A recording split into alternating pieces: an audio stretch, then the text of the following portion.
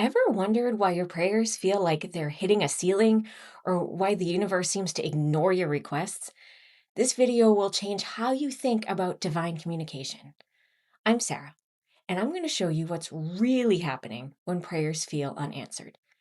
If you're like most people, you've probably been taught that prayer is asking for what you want and waiting for God or the universe or whoever to deliver it.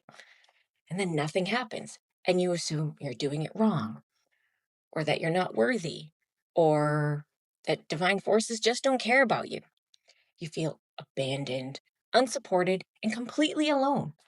You see other people claiming their prayers were answered, and you're sitting there going, well, what's wrong with me? My spiritual communication doesn't work. Why am I broken? Why do they get what they want and I don't?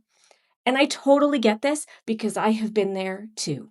It has literally brought me to the point of curled up in the fetal position, sobbing my eyes out on the kitchen floor. I don't know why the kitchen floor, but the kitchen floor. More than once. I mean, a lot more than once. And what I'm about to share with you changed all of that. The Tree of Life shows us that prayer isn't a vending machine, it's a conversation. Things don't drop out of the sky.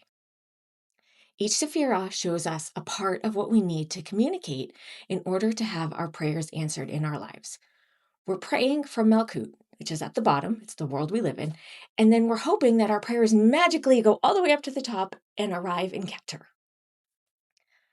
The problem with this is that there are a lot of places in between where the prayers can be lost along the way if we are not paying attention. And a common one where this happens is Chesed, Gevurah, and Tiferet in that space. And in this space is where compassion and healthy boundaries are combined into love. Modern spiritual coaches teach that if you want it enough in your heart, in Tiferet, it will happen. And so people focus all their attention on that, forgetting that there needs to be a balance of boundaries about how it shows up so that it best serves you and compassion so that you're benefiting a higher purpose as well. Religious dogma, in almost every case, teaches that if you're praying from a place of compassion, your prayers will be answered. And they're forgetting about boundaries, about how they're answered so that the result best serves you. And they're forgetting about protecting your heart in the process. So, to move through wherever your prayers are stuck, whether it's in that space or somewhere else along the tree, you need to take a step back. And rather than asking for a specific result, you need to ask for guidance, for wisdom, direction, things like that. For me, the sticking point is almost always about expectations. I'd ask for a home, a job, etc.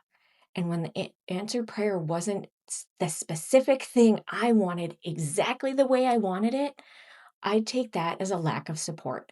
God abandoned me, the universe hated me, etc. That's all Yesod work. And my spiritual wiring, that's my weak spot. So this was not surprising once I put this all together. When I learned to pray for clarity, for strength, for wisdom, direction, alignment, things like that, instead of a specific outcome exactly the way I wanted it, everything changed. And instead of expecting a specific solution exactly the way I wanted it, exactly how I wanted it, I became open to many solutions to the exact same problem. And I can choose to pursue those that feel the most correct and right for my life, my real life in Malkut, and continue to ask for guidance, wisdom, direction, etc. And doing this presents opportunities I never would have seen when I was focused only on getting what I thought I wanted exactly the way I wanted it. And I also used to really struggle with the compassion and boundary space I mentioned earlier. I'd ask for something in the headspace of, I'll do whatever I have to do to make this happen.